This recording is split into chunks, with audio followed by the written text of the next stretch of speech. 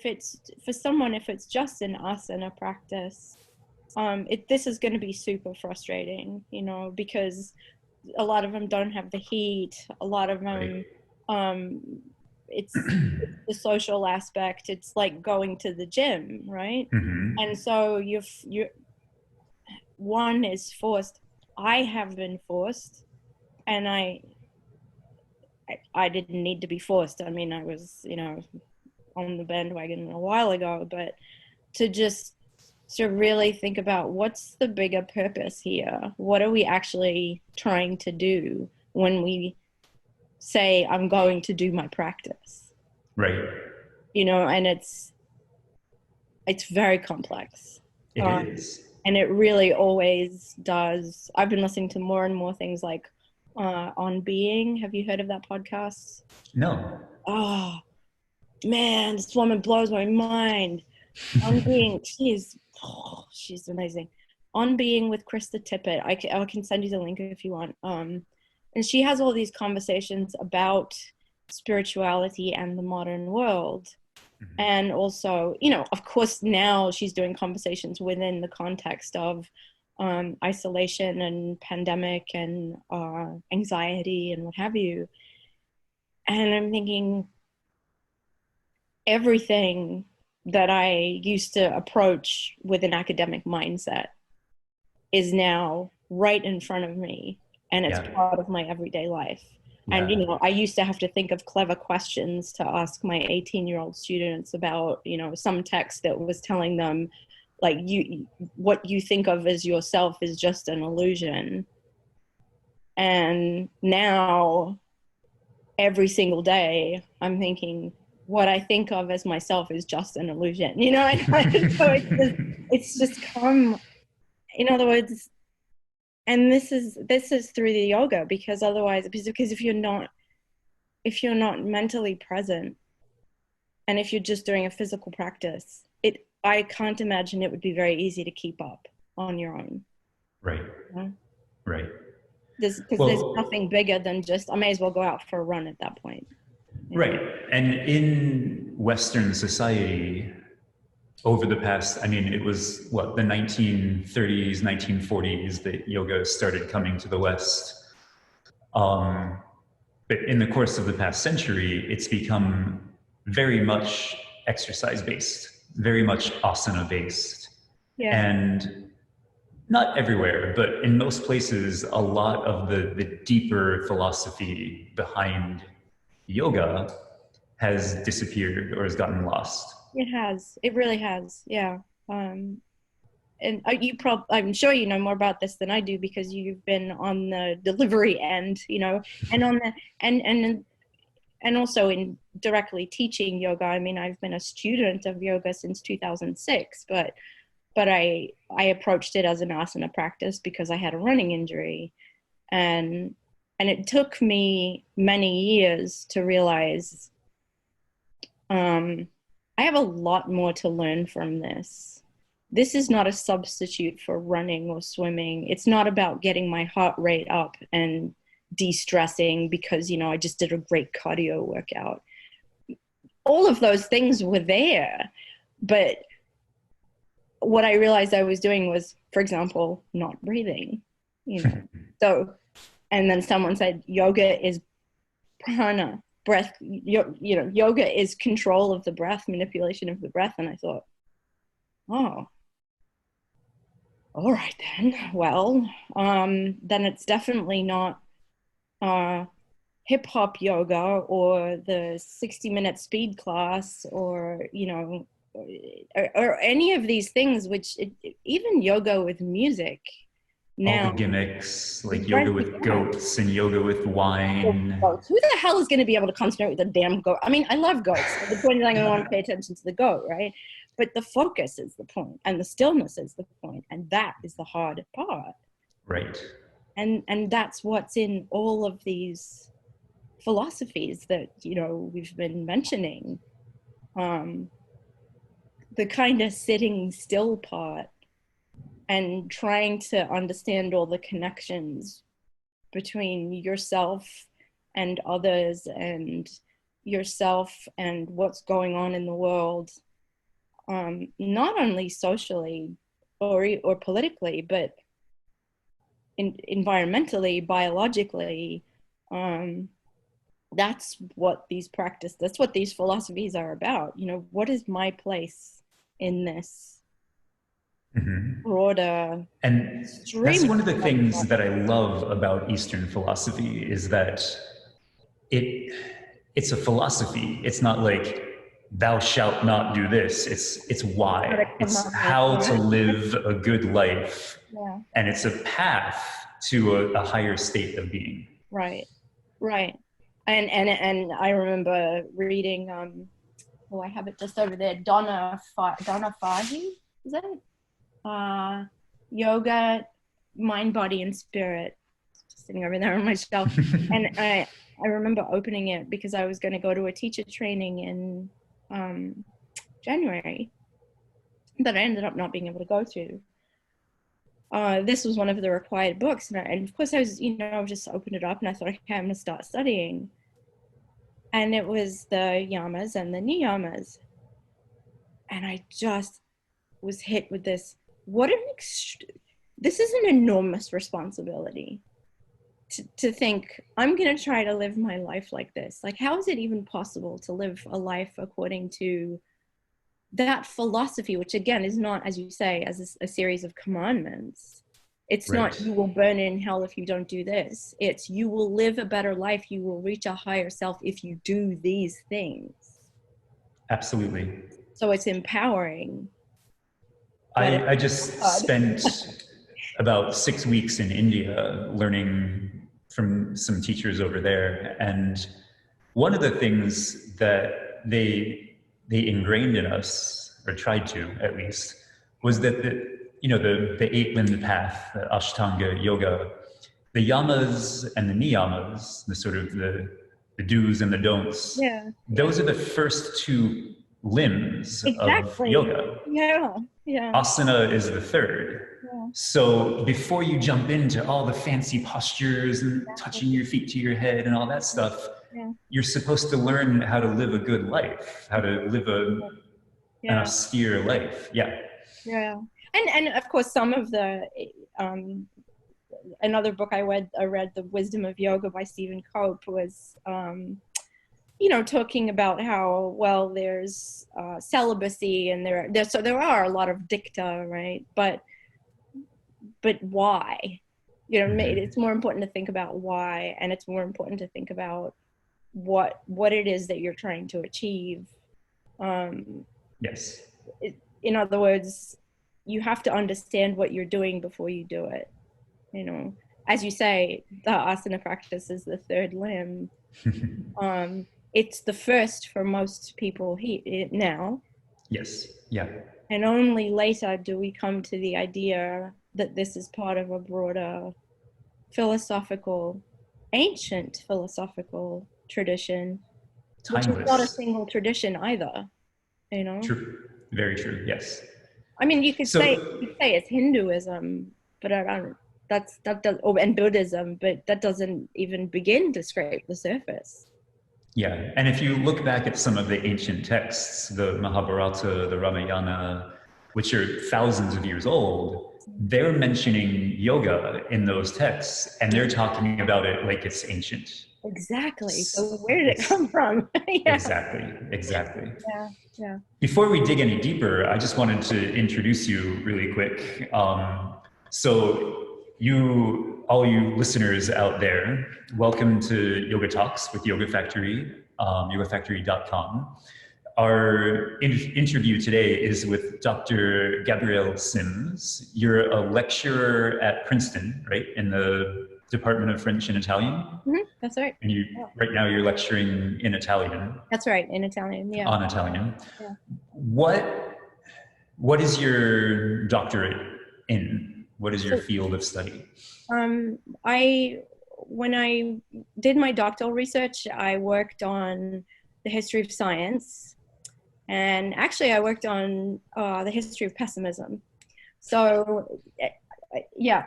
And let me just say, it's taken me many years to come out of that. And it's taken me a lot of these philosophical texts to develop another perspective that allowed me to see that pessimism, nihilism, the sense of everything is nothing, was true, but not the end of investigation, right? Yeah. So when I wrote my dissertation on a poet, philosopher, an Italian poet, philosopher named Giacomo Leopardi, who lived his life in despair. And he wrote beautiful but devastating satire, also beautiful poems. I worked a lot on poetry.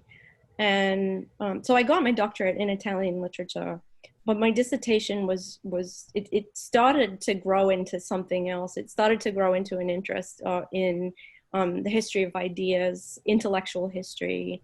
And my first job out of my PhD was at Boston University teaching in the core curriculum, where we then were asked to teach across philosophical traditions. So everything from, Homer, and we read the Hebrew Bible, Plato, Aristotle, and then we would get into these, we even did some Sufi mysticism, but Confucius and the Tao Te Ching and the Bhagavad Gita were the three main texts. Unfortunately, we were trying to fix the curriculum so it didn't seem like, February and March was the Asian ghetto, right? It was like, oh, we're going to go from, we've been focusing on the Western world and now we're just going to spend 3 weeks on these. So we ended up spending more time on them. And my official academic research stalled, and I started to focus more on teaching. And I started to explore, whenever I did some academic writing, I started to explore more the idea of the history of pessimism and how it develops in the modern world and how it limits us. So when you say pessimism, what is your definition of that? So it's partly tied up. Yeah, that's a really good question. I'm glad you asked me that, because sometimes I think it's a commonly understood perspective. It's actually an official philosophical school of thought as well. Pessimism, I would say, is generally a sense that if you want to talk about human beings being part of a pessimistic philosophy, it's we will always be what we already are. In other words, we can't change in any profound way. Pessimism, when it comes to the biological world, has more to do with everything dies. We leave no trace behind. There is no point. Everything we do is only a distraction from the idea of death, right? Okay. And so everything is being swallowed up into nothing. It starts to sound a lot like nihilism, but pessimism is,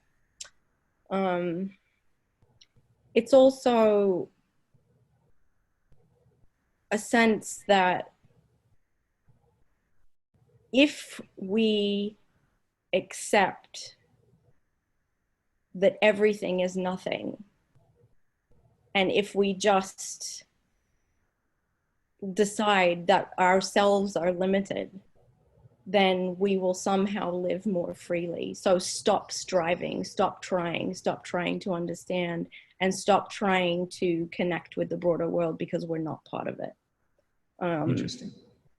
Interesting and devastating. Some echoes of that in Buddhism, if I'm not wrong. That's what I was saying to you. That's the part of Buddhism that bothers me. Got it.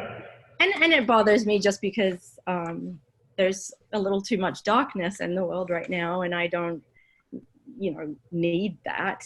So that's more of a personal aversion. But it does sound a lot like Buddhism. And again, I think that the intellectual traditions that I worked on didn't realize how much they had in common with Buddhism. Interesting. these were Italian philosophers, British philosophers, French philosophers. They didn't go digging around in Chinese philosophy or Japanese philosophy. And if they had, I would have, you know, perhaps that would be another project one day. I'm not sure if I'll do it, but, you know, did any of them ever actually look at the Buddhist texts? And if so, what were their Well, there were several waves, and I'm not really up to date on my European history, but there were several waves of Asian influence that came into Europe, if I'm not mistaken. Yeah, yeah. Would their philosophy have somehow have made its way over? I mean, the only, you know, a lot of it was in the other direction. So take bringing Christianity to China, for example. Right. So, you know, the Marco Polo problem, where I'm going to call it, I mean, he wasn't a problem himself. Paradox. Well, like the paradox, yeah. Where that was an interesting confrontation between Confucianism and Christianity. But it ended up being a really technical negotiation. Like, well, in Confucianism, you know, we have to observe these particular rituals. We have to mourn our parents for 3 years, and we have to do it in this way and that way and the other way. And then the Christian council had to decide, well, are we going to allow you to keep doing that? You know, so in other words, it started to become bureaucratic, which has been a lot of the history of the confrontation between, I'm going to speak as a non-expert here, but I'm going to say especially Christianity. Yeah, organized religion in general. Exactly, because by the time they were going over to China, by the time there was a huge trade organization,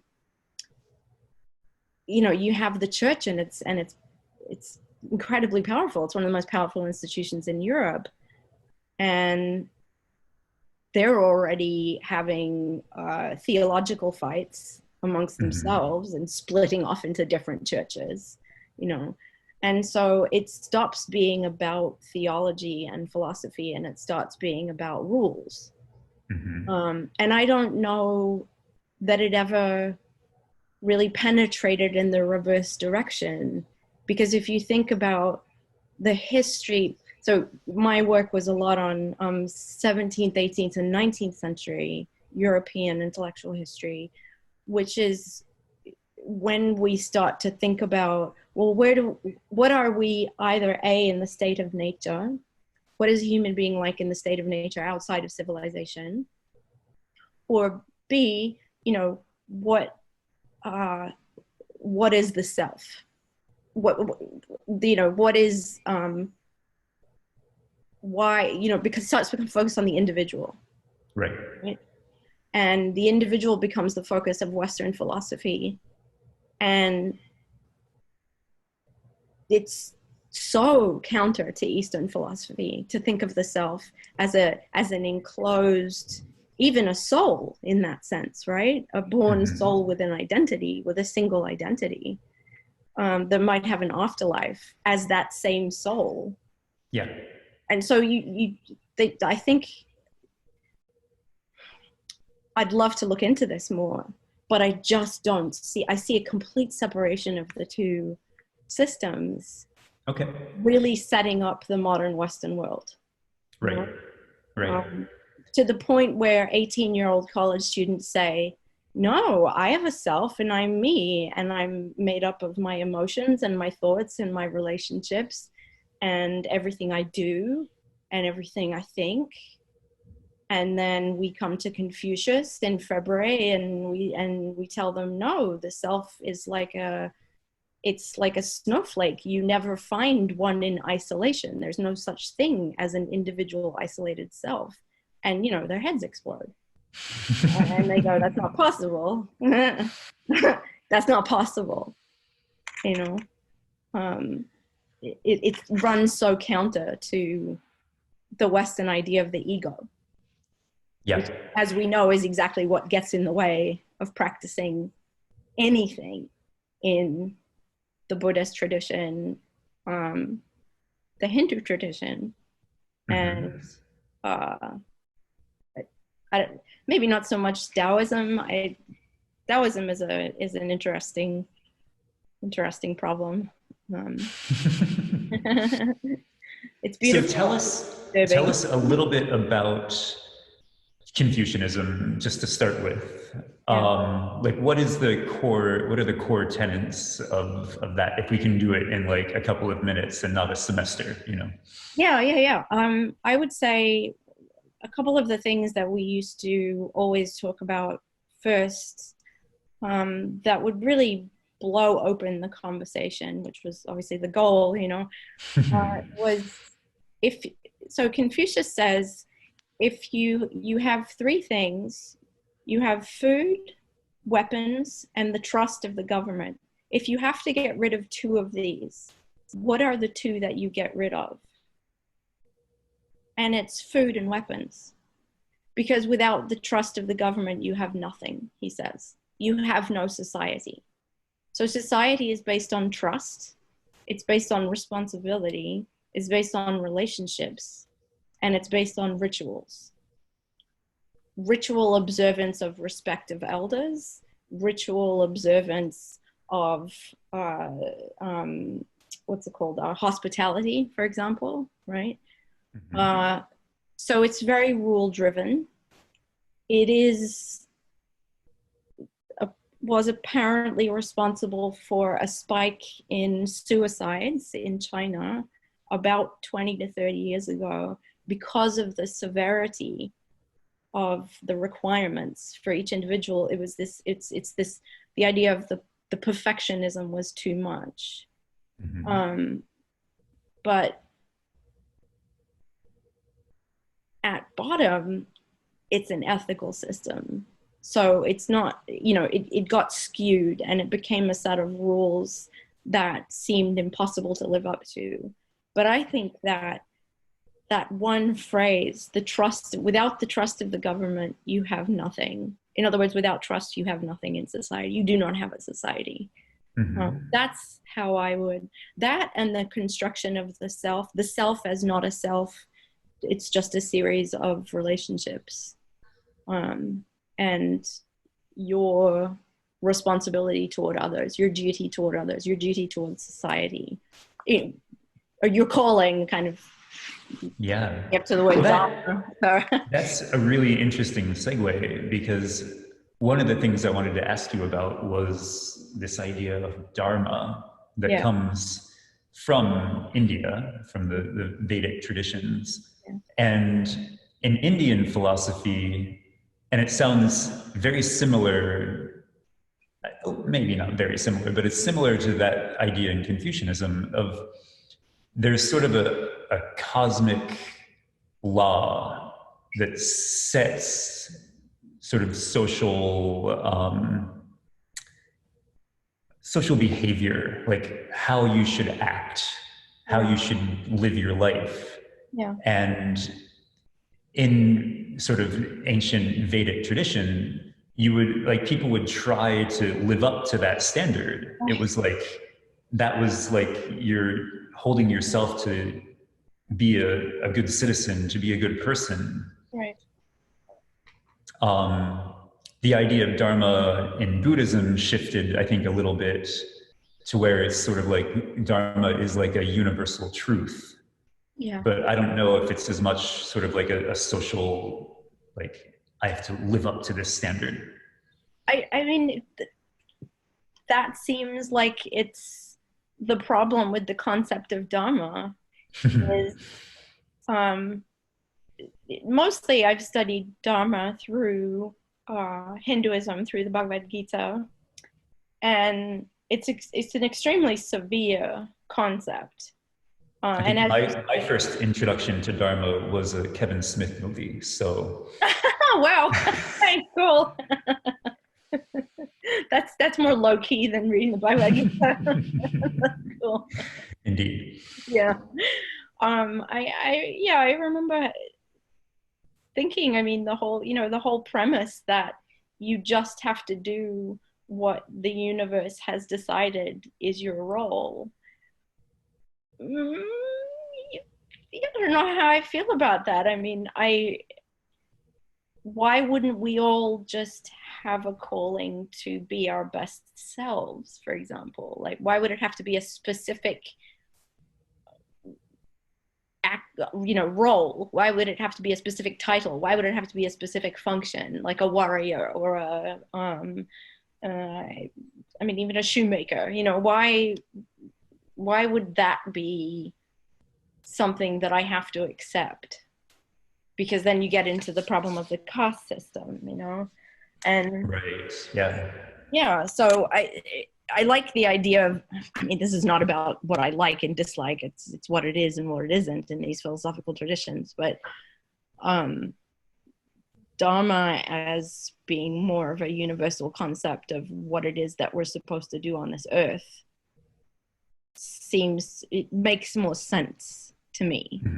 And it seems to be more a part of the yogic philosophy than the idea that I have to be a warrior, for example, or I have to perform certain rituals every day because my family decided that this is what I'm going to do. Right. Yeah. And it seems to be possibly expanded. It seems to be more fruitful if it's expanded into a sense of universal responsibility rather than a particular role, But again, we all have our roles to play, and not all of us can be doctors, and not all of us can be yoga teachers, Yeah, and we're not necessarily. What's the best word? Like, those aren't our strengths necessarily. Like, no. I could have studied to become a doctor, but my life took its natural course, and I did a lot of things in my life, but I've ended up as a business owner and a yoga teacher. Could I have done could I have been a lawyer? Sure. Yeah. But I was doing an interview the other day, and my friend Hargavan his idea was that, all these different factors come into our lives to create our dharma and our karma. And it's maybe like 97% is sort of like laid out for us as a path to follow. And we get about 3% choice in the matter. But I love Hargavan, and I follow him very dutifully. I love his narratives on Facebook. Nice. He's very wise. I particularly like his thoughts about vulnerability and what have you. We do get, I think I would agree with him to a certain point, but I feel like we have more choice than we realize. And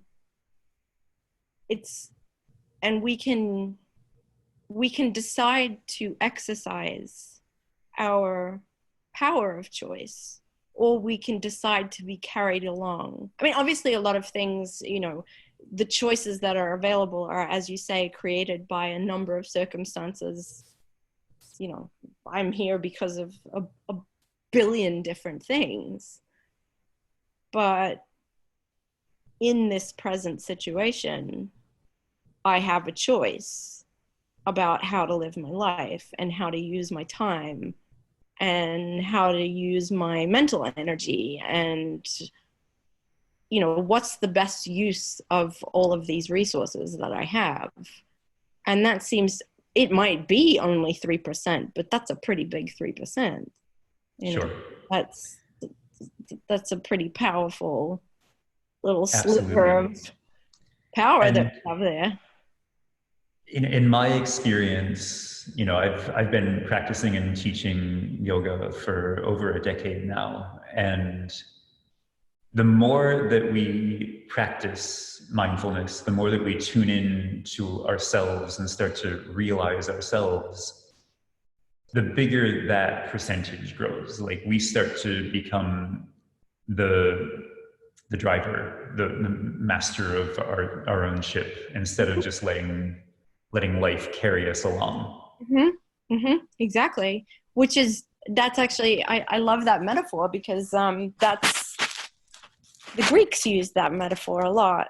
Being the pilot of your ship.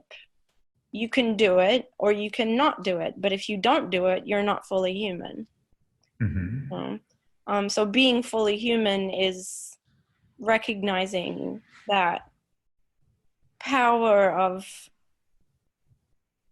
awareness, but also decision making, choice, and then acting on those decisions. There are limiting factors, of course. There are always, I mean, even if you think about it now, I want to help elderly people. Okay, well, now there are severe limitations on the ways in which I can do that. But that doesn't mean that I can't do it at all. And that doesn't limit the power of my ability to focus on that, right? Or to find one of the things that's been really interesting to me about this pandemic and then the quarantine is how creative people are. I absolutely agree. Ways to connect. Yep. Creativity is mind-boggling. And I think in some ways, for me, that connects me more with the Western tradition of thinking, wow, the individual, and the creativity and the imagination. But then there's this sense that if we use all of those things in the service of connecting ourselves to the broader world and understanding that we are not able to be anything but part of the bigger social system, that to me is an Eastern gift, a gift from Eastern philosophy, from all of the Eastern traditions, in different ways, of course, and with different political implications and social implications. But I think one of the most powerful aspects of the philosophical part of the yogic tradition and just Eastern philosophy in general is getting us away from this I, me. And what do I want to do? What's the thing that will fulfill me the most? Right. It's all self-gratification. It's all about, but I want to be, I wanted to be a farmer. Okay, that's fine. Well, it turns out, that wasn't my calling. Right? And it's just, we get lost. We get lost a lot because we're told, follow your heart, follow your pleasure, follow your impulses even. I want this, I want that.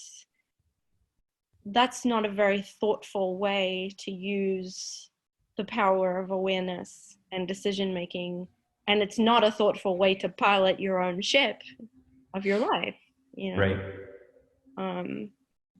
So I don't know where I want to end up with that, but those are my thoughts on that. Well, and like wrapping it back around to the idea of Eastern philosophy and specifically Vedic philosophy, that stems from India and the Indus River Valley, that area. The idea from that ancient philosophy is that we all have a soul. They call it the Atman. Yeah, right. And that's sort of like our inner spark, the eternal aspect of all of us. Right. The physical body, all of that, the world around us, all of that is temporary. The Atman is something that goes on. Yeah. And on top of that, there's this idea of the super soul, the Param Atman. And that is also inside of us, Mm-hmm. but that's sort of, that connects us to whatever you want to think of it as, like a higher power, Yeah, a the divine. god, Yeah, right. Exactly. universe. Yeah. Yeah. And so I think, there's all sorts of different philosophies that have evolved out of that, but the idea that we're all connected on some level permeates a lot of that ancient philosophy, Eastern Right. philosophy. Right. Right. And so the thing with I've the Atman, the concept of the Atman is, I admit, I had a lot of trouble wrapping my head around that when I used to teach the Bhagavad Gita, um, because it always seemed to me that, yes, it's about being connected to the entire universe, but it's also about not being attached to this life.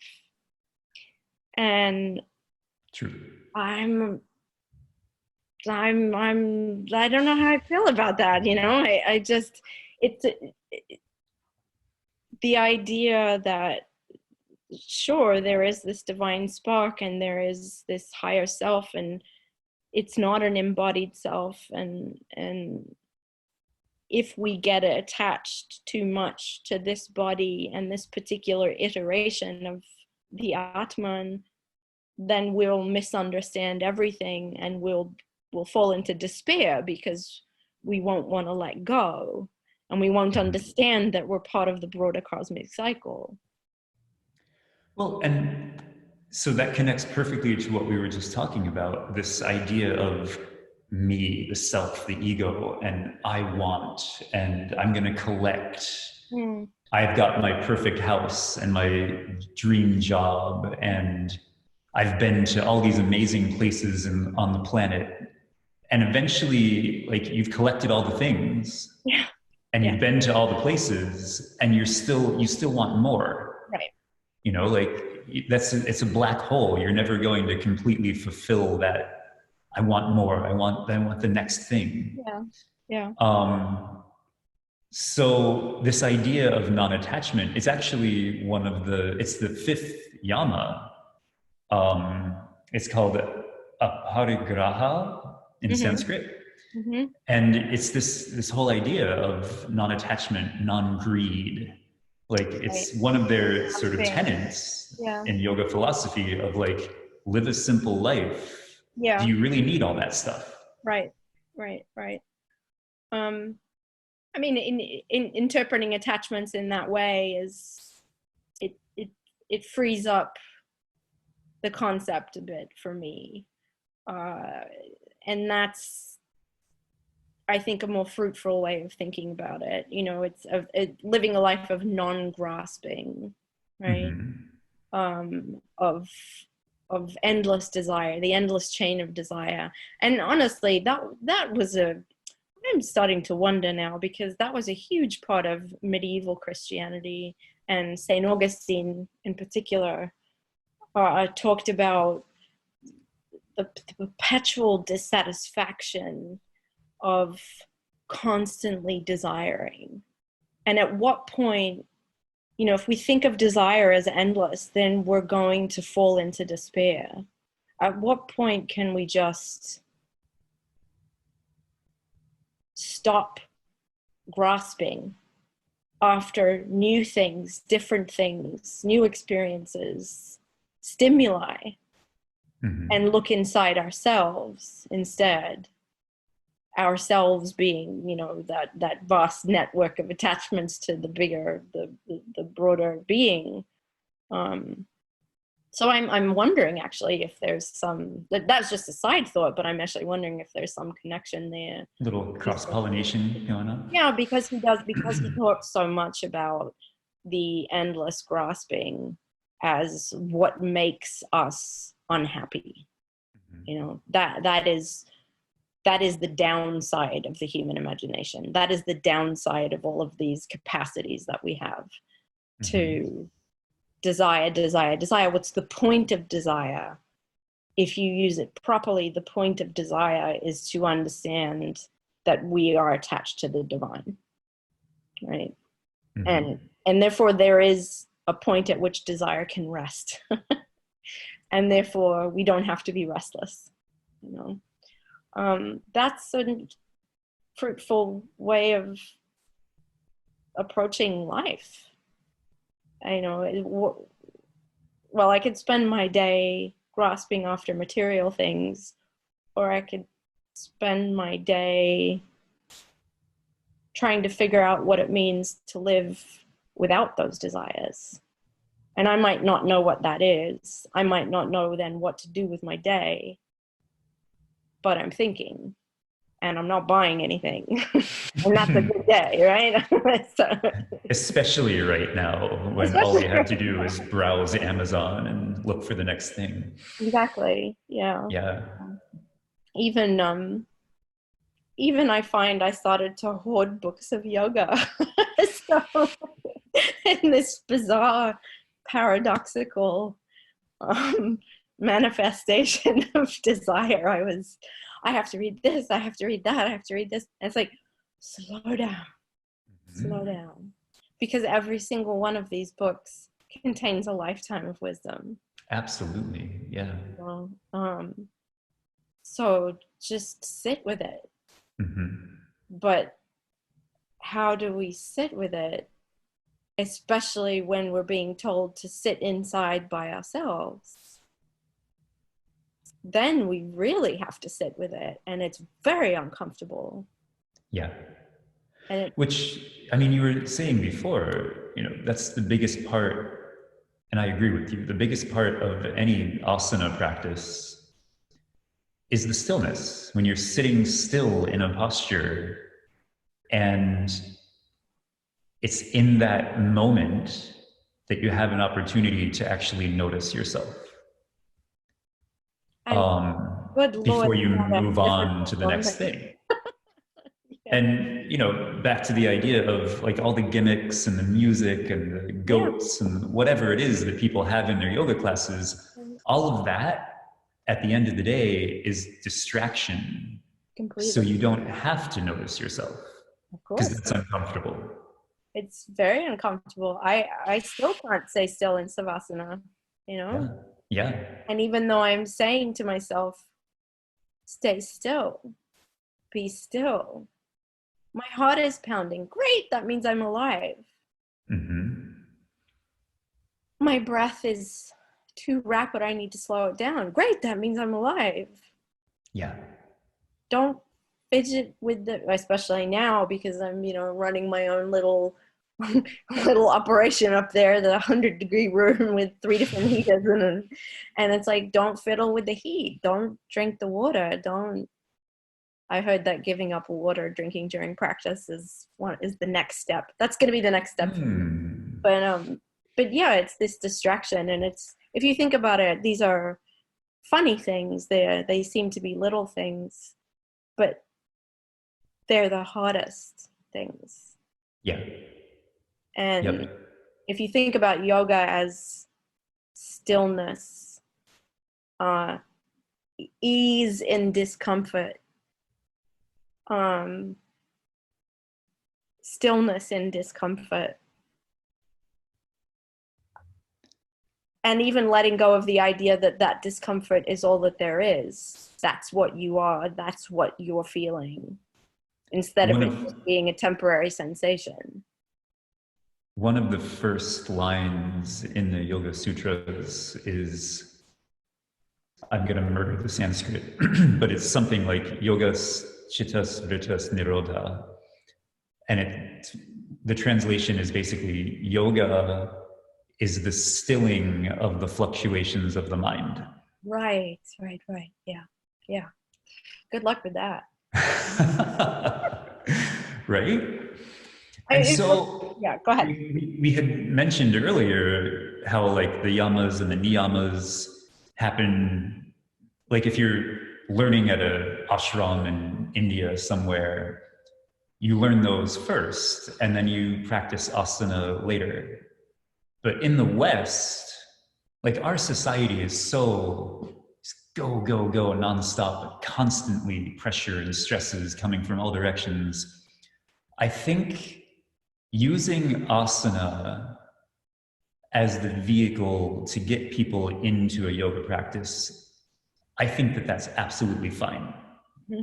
I think however people come in to a yoga, if they want to lose weight and get their yoga butt and, you know, practice with goats, okay. Whatever gets them into the room, whatever starts them down that path. Absolutely. Yeah. Because at some point they're going to want to, hopefully, they're going to want to dig a little deeper.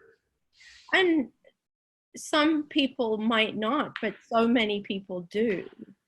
Exactly. And, you know, the more people do, the better the world is. Win-win. Agreed. Even if it takes, and it did take me at first, you know, vinyasa, power vinyasa flow classes with awesome playlists to start to realize, oh, there's more going on here. And how about if when I have to practice by myself, how about if I turn off the music? Wow. Yeah. That's a different experience. Yeah.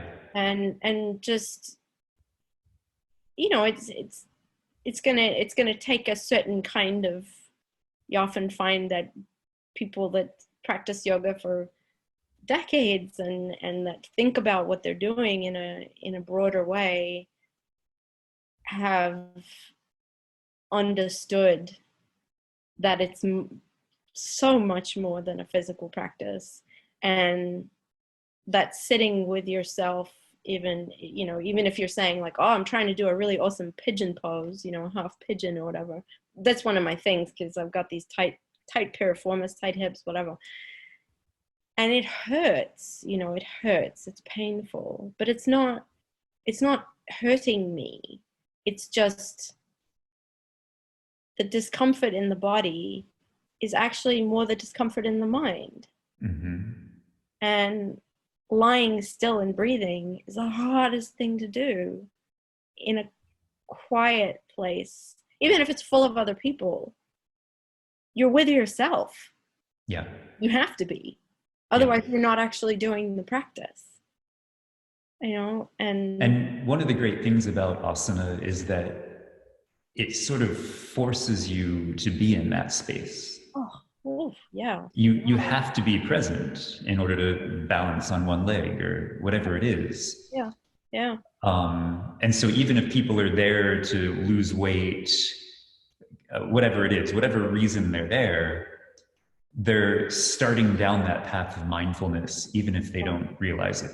Yeah, exactly. Yeah. I mean, you, as you say, you can't balance on one leg unless you're actually thinking about balancing on one leg. You can't think about what you're having for dinner later and balance on one leg. It's just, it's not possible. And that's a funny way, you know, it makes people laugh. I've heard that line so many times in yoga classes, but it's true. Mm-hmm. And if we just practice that, oh, now I have to focus on locking my knee, or I have to focus on putting the weight in the ball of my foot.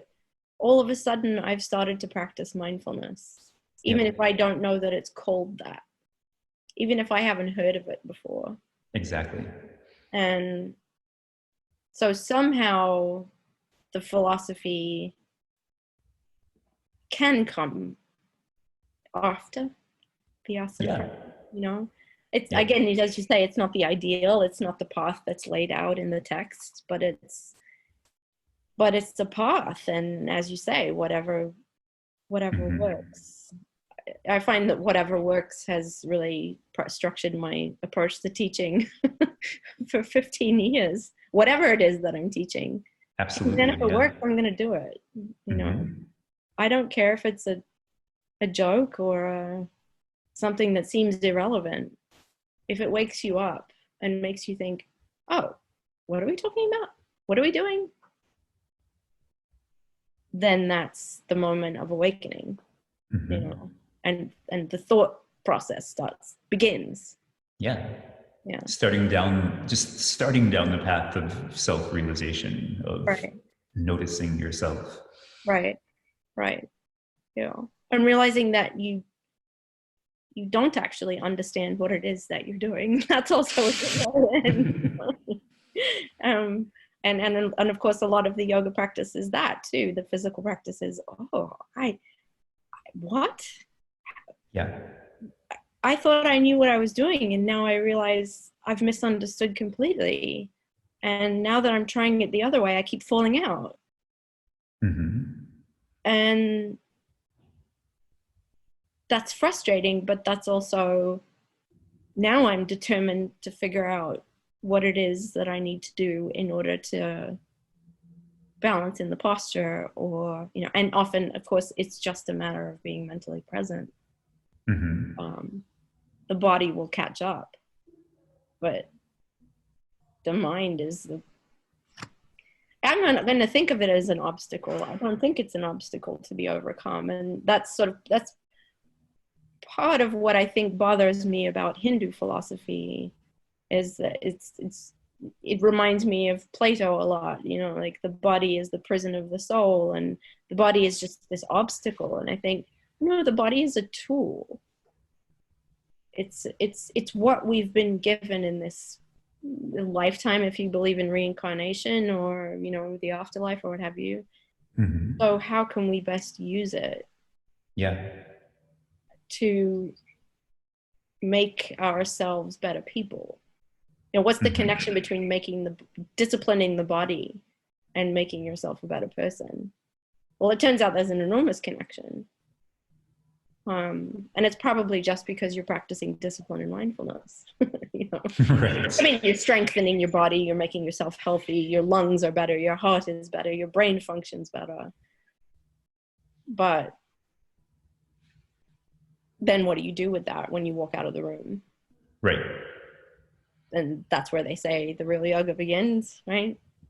Absolutely, yeah. Practice. Yeah, so anyway, that's my train of thought there. Yep.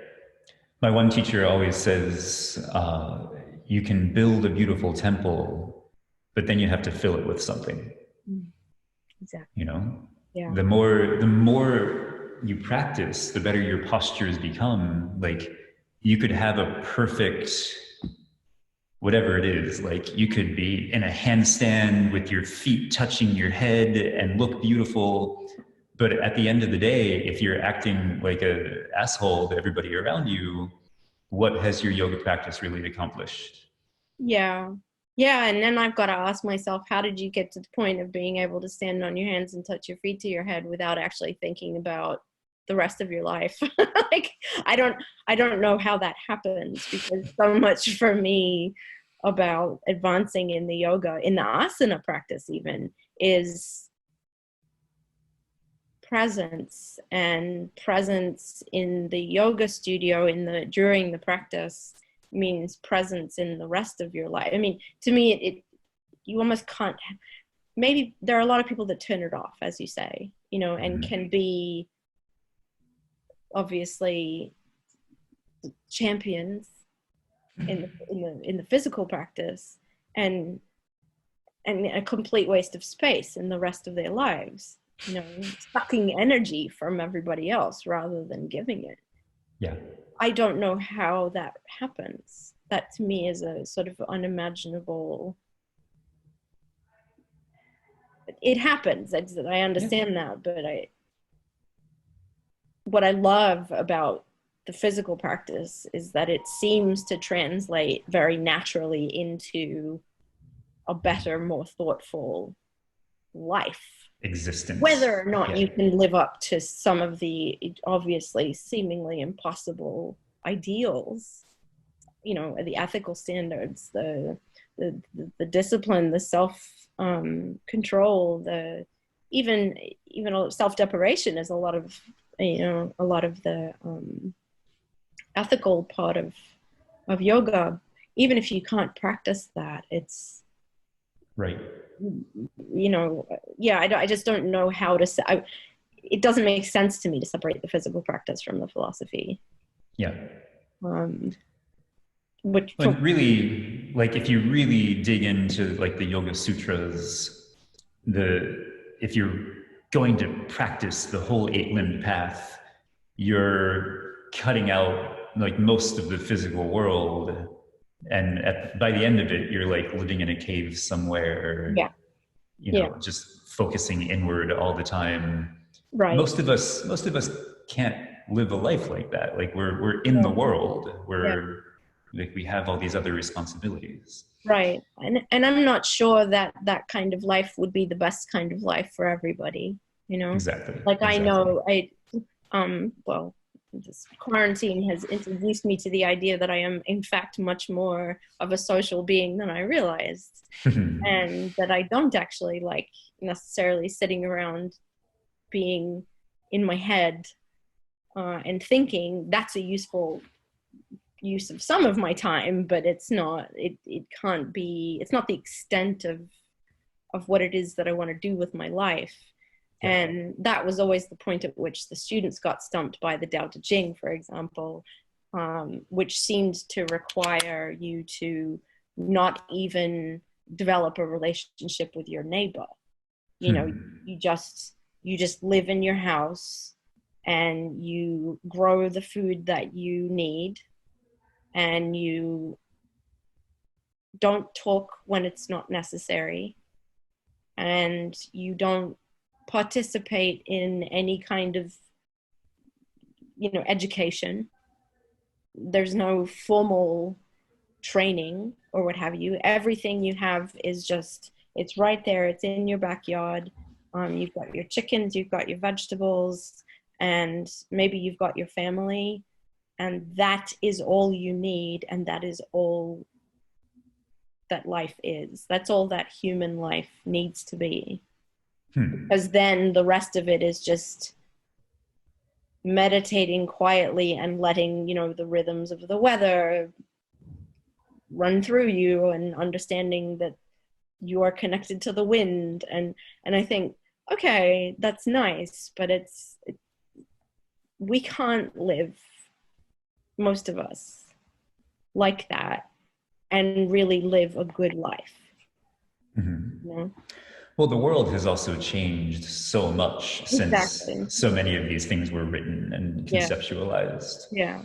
Yeah. It's a testament to the power of yoga that, even though, I mean, it's thousands of years old as a concept, and I think even in modern society, it's still, at least aspects of it are still really relevant.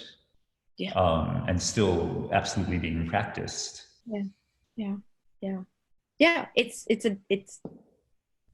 that's what they say about, one of the things about Christianity was, well, why did the whole Jesus thing take off?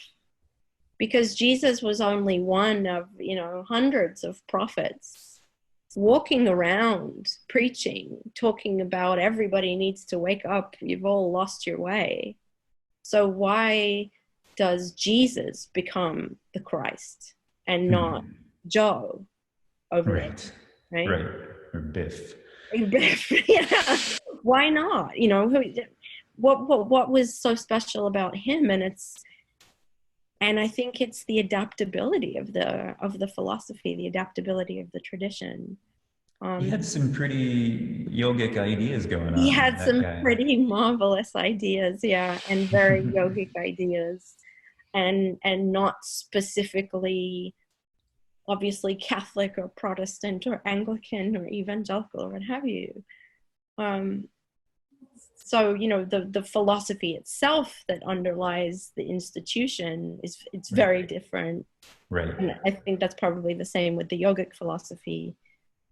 You know, there are lots of rules that have developed, and lots of, as you say, you know, a monkish style of life, a withdrawn style of life, is one way in which you can interpret the demands of some Eastern philosophical traditions. But it's by no means, probably, as you say, the Vedas are already mentioning yoga as an ancient tradition. Where does this come from? Right. You know, we don't know that, because we don't have the texts, we don't have the records, we don't know. And it's probably something a lot more rudimentary and less prescriptive. Right. you know, because otherwise The it wouldn't. concept of yoga has certainly changed over the millennia. Yeah, and I don't mean, some of those changes have been for the worse. Hmm. No judgment, right? That's one of the Mhm. I'm not supposed to judge. but Right, right. but but I do, I allow myself a little eye roll when it comes to some of the classes that are being offered, which are cold yoga. Hmm. But again, as you say, it's if that's what the world needs in order to begin to wake up and begin to take some time out and slow down and get off the devices, even if the device is running in the studio, the students are not all of them on their devices. So in theory, that's time away from the pace of the rest of the world. And, often the theory becomes the practice, and then you get used to it, and then it becomes this thing that you realize you need. Like, oh, I can't live in the world at that pace all the time. There's something that we're missing. So let me just withdraw from the world for a little bit and think about that. But that doesn't mean that you're withdrawn from the world all the time. It doesn't mean that you have to sink into yourself and meditate 12 hours a day and stand on your head, Unless you want to. Yes, by all means. I love standing on my head, but but I think adaptability is really, and open-mindedness is really important. Non-dogmatic thinking is really important. That's one of the weaknesses, I think, of Confucianism, and one of the strengths of some of the offshoots of Taoism, and some of the ways in which Buddhism has been articulated, and a lot of the ways in which the mindfulness movement came about in the United States, which was, I guess, after yoga. Mm-hmm. But I think it grew very much from the arrival of these Buddhist texts and the Vedas and just this whole new way of thinking about, in the midst of a rapidly changing world and a rapidly industrializing world. I think people realize, whoa, hang on a second, we have to take a step back. Yeah. And there seems to be another way to live. Yep. And it's powerful. I mean, it's growing. It's everywhere. In its good and bad forms. Not bad. Less yogic.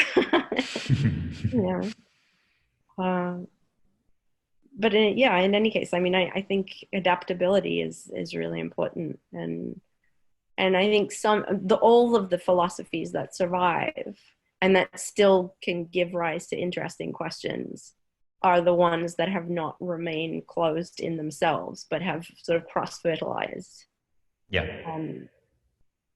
And they ask bigger questions than just how many chickens do I need in order to have enough eggs for my family, and how big does my fence have to be so that I don't have to have a relationship with my neighbor, which is sometimes what the Tao Te Ching is reduced to. Mm-hmm. This, again, a prescriptive lifestyle, monastic lifestyle. Yeah. It's not going to work for most people. So, yeah. Right. Because in the end, we are a social creature. We grew up in this, evolved in this tribal atmosphere. It's interesting right now with all the quarantine in effect, how just watching people online and on social media, like everybody going a little bit stir crazy, like wanting to get back out there into the world. I think it's a really interesting, I mean, talk about silver linings, just the necessity of being forced to just stay at home and be alone and be in one spot for more than a couple hours. You know, that like it's an opportunity to practice mindfulness and to really practice everything we've been talking about for the past hour. Am I okay? Am I comfortable with myself and with being quiet and with being still? Right, right. Or am I using all these other things to distract me so I don't have to notice myself? Right, right. That's I don't know if you've read Jon Kabat-Zinn, I've not. but he's the one who started the mindfulness-based stress reduction clinic at UMass Amherst, yeah, UMass Hospital, and really introduced mindfulness into you know, traditional standard medical practice, such that it has become a part of clinical treatments for PTSD and treatment-resistant depression and what have you. I mean, like, I would love to be part of one of these clinics. I feel like, you know, it's because it's just a mindfulness practice. But and there are a few people who are getting certified in MBSR, mindfulness-based stress reduction, and mindfulness-based cognitive therapy. But one of the important things that I'm reading a couple of his books right now, one of which is Coming to Our Senses, which means being present with our senses, you know, being with ourselves. It's hard to wake up now and not have to run out of the house and not have to get in the car and go somewhere or rush to the subway. And that creates quite a remarkable amount of anxiety and stress. To just think, okay, so now how do I structure my day? But one of the most important things about mindfulness is don't judge yourself if you're sitting there paralyzed by anxiety. Because all you have to do is go, look at that. I'm paralyzed by anxiety. Okay, that's what's going on right now. And it won't last all day. And it doesn't condemn me to a bad day. You know, that's such a good point. Yeah, and people say, oh, the first 15 minutes of your day really determine what the rest of your day looks like. And I think, well, if that's true, then bloody hell, I am doomed every day because I am too. Yeah, because the first thing is, okay, silence, stillness, solitude. I want to use this day somehow to live, but I don't know what that's going to look like. And the outside world, I mean, I'm still teaching right now every day, but that's going to end in 3 weeks. And then what?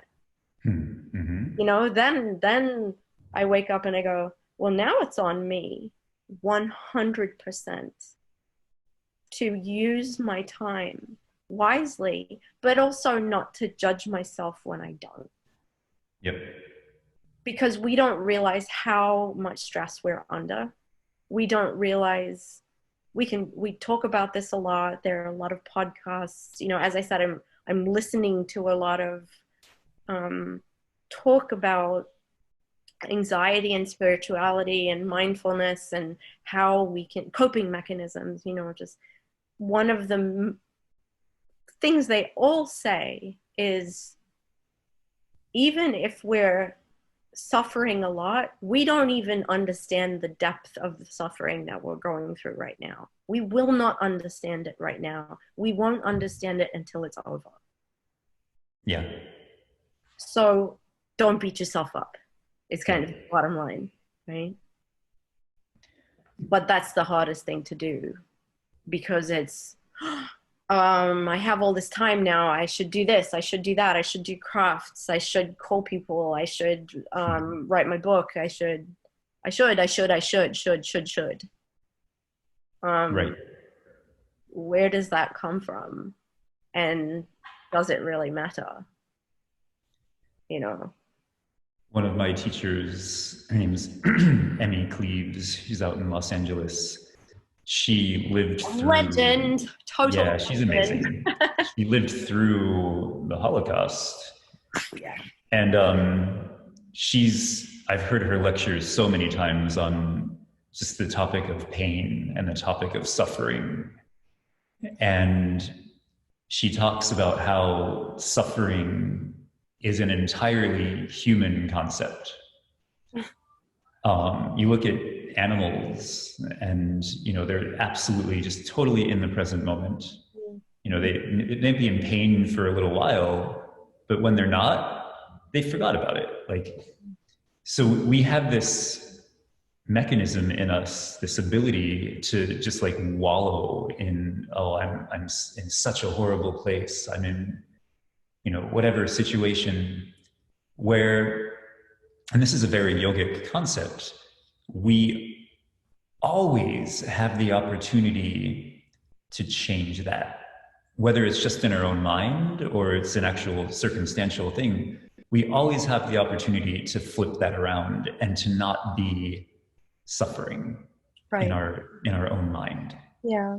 Yeah. Because as you say, the suffering is the the worst part of being human is that ability to compound our suffering by thinking about it. Right. Absolutely. And that gives us other gifts, but it really takes away from a sense that we have some kind of power over it. We get stuck, and the body can quite literally be paralyzed, yeah, and debilitated by that kind of rumination, circular thinking, the habits of mind. The idea that we can change our habits of mind is very powerful. It takes a lot of work. But what's the alternative? The alternative is a life of grasping and compounded suffering and non-awareness. Exactly. So to me, there is no real choice in the matter.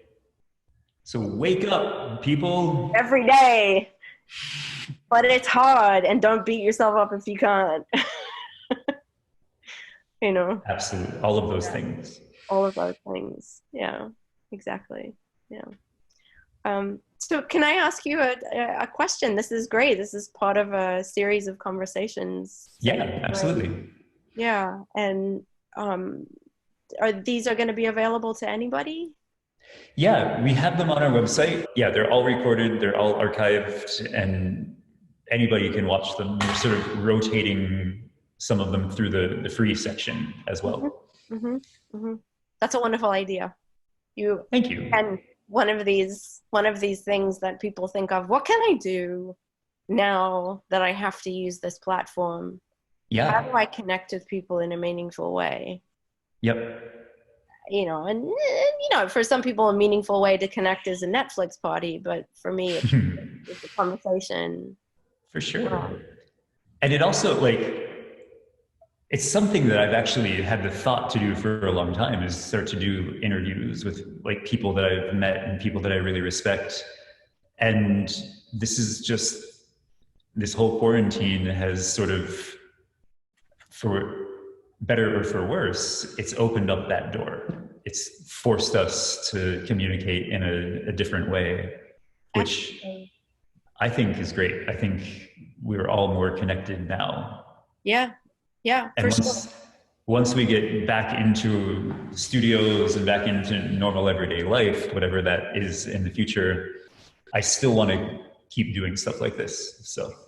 Right. One of the I just noticed the other day, I had some bad news the other day, and then the next day it opened up an opportunity, and I thought, I'm not sure if I had been running around from my one teaching gig to the next, if I would have been able to see it as one door closing and another one opening. Because we've been so forced to rethink how to live on a day-to-day basis and what it is that is really important. And one of the things that's really important is not to see this as purely the worst thing that could ever happen, because clearly worse things could happen, right? Yep. So there must be something here that we can do to make this an opportunity. Absolutely. Yeah. And meaningful conversations with people that I normally wouldn't take the time to talk to, or that I want to, but it just doesn't happen when you're running at the pace that the world usually runs at. Right. You know, human beings do in a way need to be a little bit backed into a corner in order to change. True. It takes a lot of perseverance and determination to do that without some sort of outside influence. Yeah. One of my favorite, I used to practice a lot of, just whenever I had to practice on my own, I would use a YouTube video or something. And there's, I can't remember her name, but there's a beautiful video on YouTube, which is the full 90-minute practice. It's the 26 and 2. And she says, you know, your body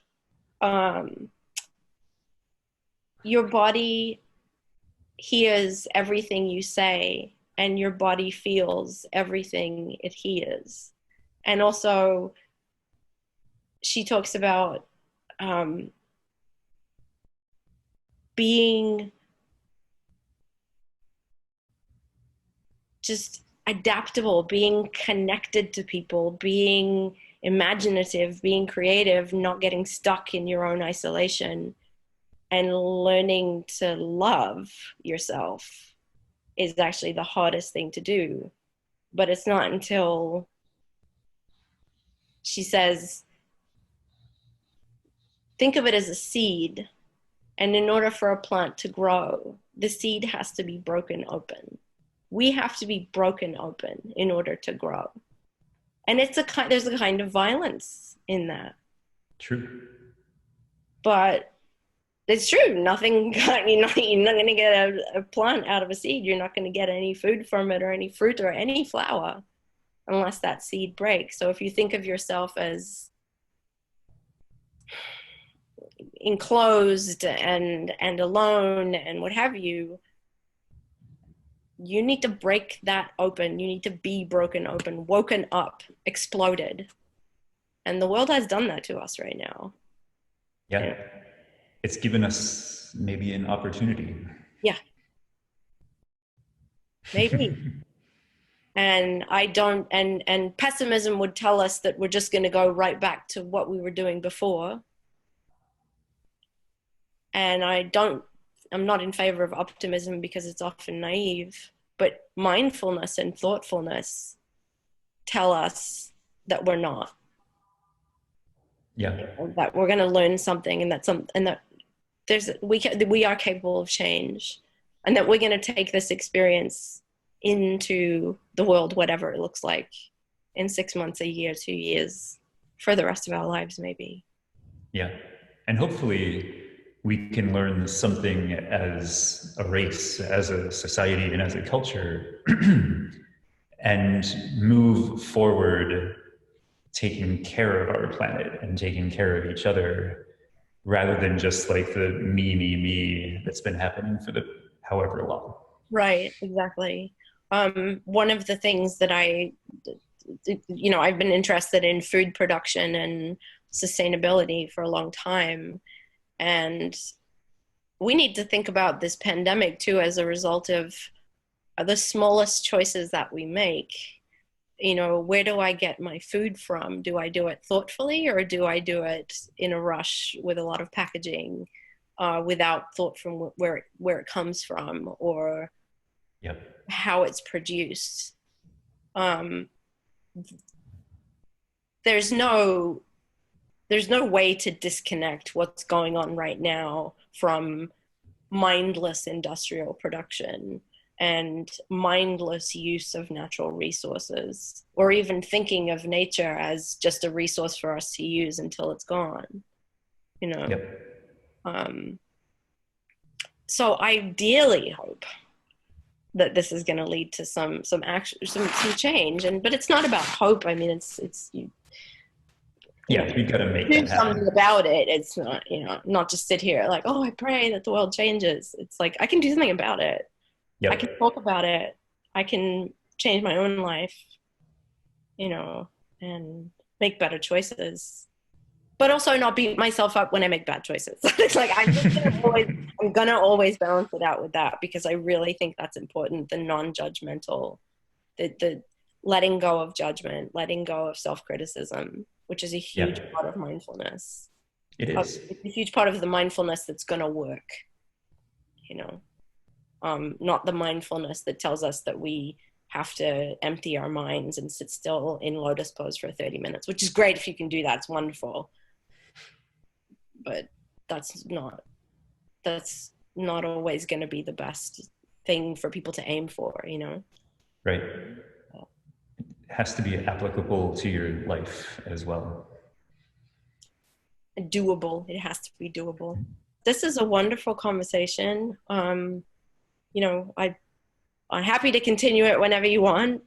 Great. And happy to talk about even more specific parts of the philosophy if you want, but I feel like if you're down, maybe we could do like a talk and focus more on like the Gita and like sort of absolutely take a deep dive. Yep, I've got my texts. We can do that anytime you want. So awesome, I love it. Thank you so much. Gabby, thank you so much for joining us on yogafactory.com, and hopefully we'll see you again in the near future. Absolutely. Thank you, Zeb. And, I admire everything that you're doing, and thank you for doing it. Thank you for keeping everyone hopeful and connected. It's my pleasure. Absolutely. It's your Dharma, and you are fulfilling it. Thank you. Yeah. Talk soon.